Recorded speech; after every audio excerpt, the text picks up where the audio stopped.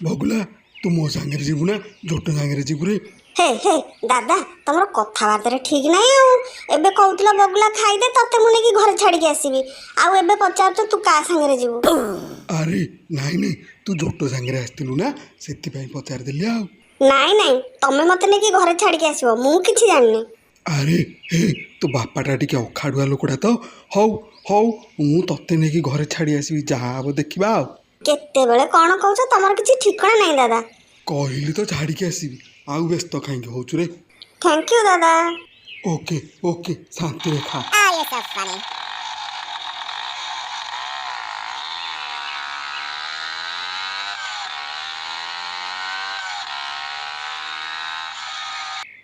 अरे बगुला गाड़ीटा कौन बंद हो गला रे आ चलुनी। दादा पेट्रोल सरीगला बोधे की करी। अरे नाई नाई आसवा बेले परा मु टांकी फुल करी पेट्रोल पकईले आम केते बाट जाइले कि पेट्रोल सरजिवो। ताहले एबे आमे कोन करबा कहून। तू गाड़ी को पछरु पेले मु धरिची पेली पेली गाँ पर्यंत जीवाक पड़िबो रे। ए गाँ पर्यंत पेलवाक पड़िबो नहले आउ कोन करबा। हौ चलो मु पेलुची तमे गाड़ी की धर। हौ आ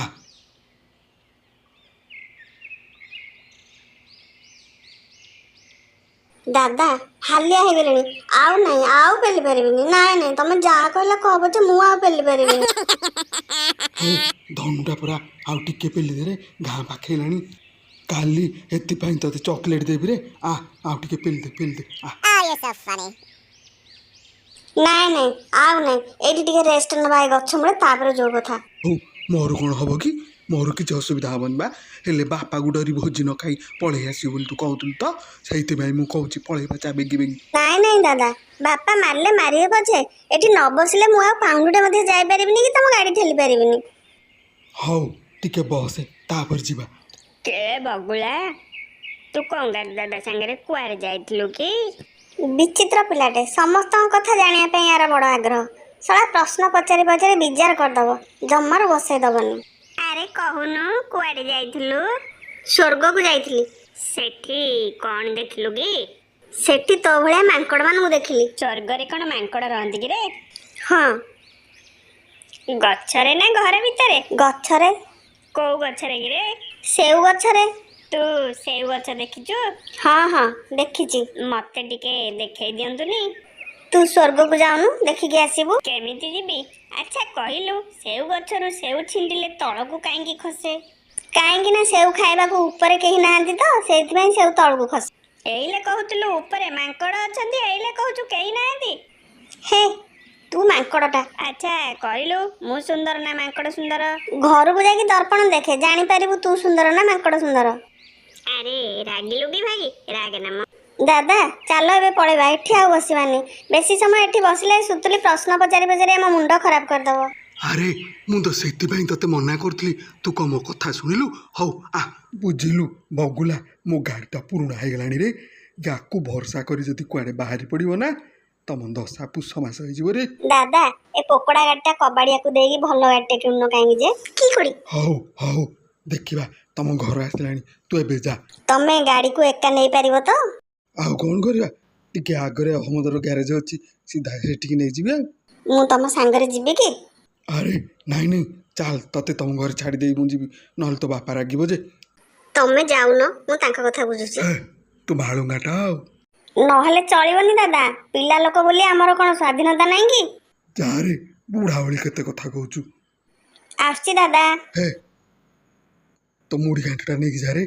नाई नाई दादा नेबिनी बापा तो एबे मते घांटी देबे आउ मु मुड़ी घांटा कोन नै कि जिबे तमे से सब तम बौ पई नै जाओ। हे कृष्ण भगवान राधे राधे राधे। बेस्ट ल बगुला सेटा बेस्ट ल नुमा दादा सेटा को बेस्ट ऑफ लक कहंती।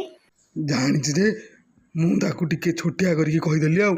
हौ हौ भलो कल बापा एबे दांड द्वार नाहंती मु शीघ्र घर भीतर को जाई जेजंग पाखरे बसी पड़ले मते आउ गाड़ी पड़िबोनी तमे दादा जाओ मु एबे आसुची। बापा नाहंती एई समय घर भीतर को पळेबा को पड़िबो। हे एबे तो इठ नथले एबे कोआडू आसिले किरे हे घर भीतर को पळोजु एठी टिया। जोरे टॉयलेट लागलेनी बापा की करी। लागो आगो मो प्रश्न उत्तर दे तापर टॉयलेट जीवो। पेंट रे टॉयलेट हे जीवो दे। ହଉ ହଉ ମୋର କ'ଣ ଯାଉଛି ପ୍ୟାଣ୍ଟରେ ଟଏଲେଟ୍ ଗଲେ ଧୋଇଲା ବେଳେ ବୋଉ ତମକୁ ଧୋଇଦବ ଯେ। ହେ ଚୁପ୍, ଏଡ଼ିକି ବକେଟେ ପିଲା ବଡ଼ ବଡ଼ କଥା କହୁଛୁ।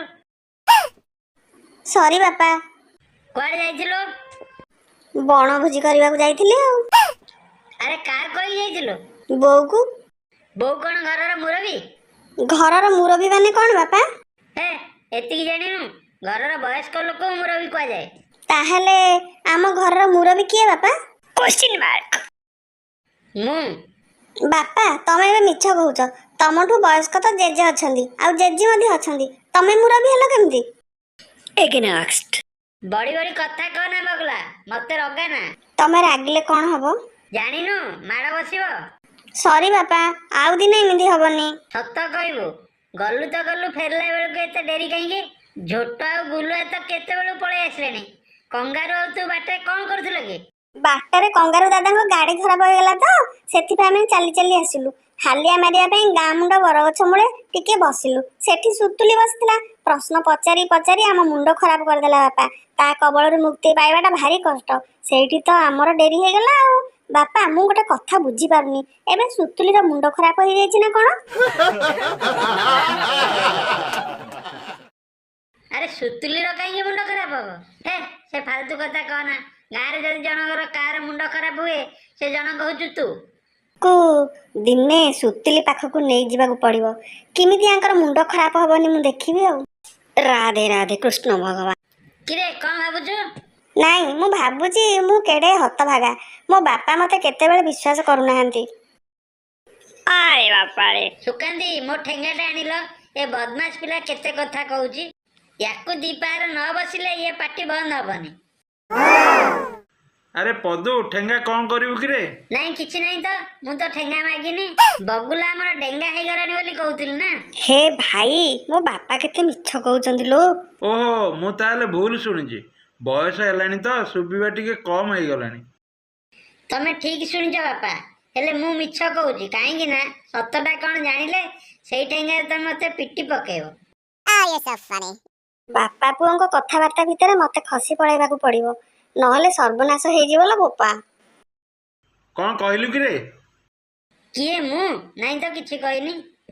ଆଉ ଏମିତି ବୋକାଟା ଭଳିଆ କ'ଣ ଚାହିଁଛୁ? ମୋ ବାପାଙ୍କୁ ଦେଖୁଛି।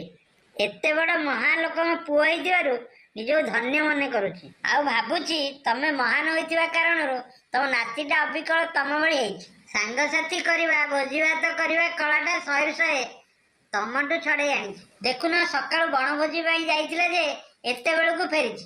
ତମ ନାତିର ସମୟ ଜ୍ଞାନ ବି ଅଧିକ। ଆରେ ପୁଅକୁ ଟେକୁଛୁ ନା ମତେ ଗାଳି ଦଉଛୁ? ନାଇଁ ମୋ ବାପା, ଭୁଲ ବୁଝିଲ କି? ହେ ମତେ ଆଉ ତୁ ବୁଝାନା। ବଗୁଲାର ବଣଭୋଜିରୁ ମୁଢ଼ି ଘାଣ୍ଟ ବାରିପଟେ ଆଣିକି କଙ୍ଗାରୁ ଦେଇକି ଯାଇଛି। ଭାରି ସୁଆଦିଆ ଲାଗୁଛି। ଭିତରକୁ ଆସି ଟିକେ ଖାଇଦେ, ଡେରି ହେଲେ ଗନ୍ଧିଆ ହୋଇଯିବ।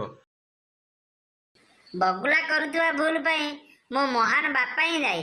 ଯେତେବେଳେ ତାଙ୍କୁ ସୁଧାରିବାକୁ ମୁଁ ଇଚ୍ଛା କରିଛି, ବାପା ମଝିରେ ଆସି ଯାଉଛନ୍ତି। ମୋର କ'ଣ ଯାଉଛି? ଯାଉ ବାଳୁଙ୍ଗା ହେଇଯାଉ। ପଦୁ ଆସିଲୁ କିରେ? ଆସୁଛି ବାପା।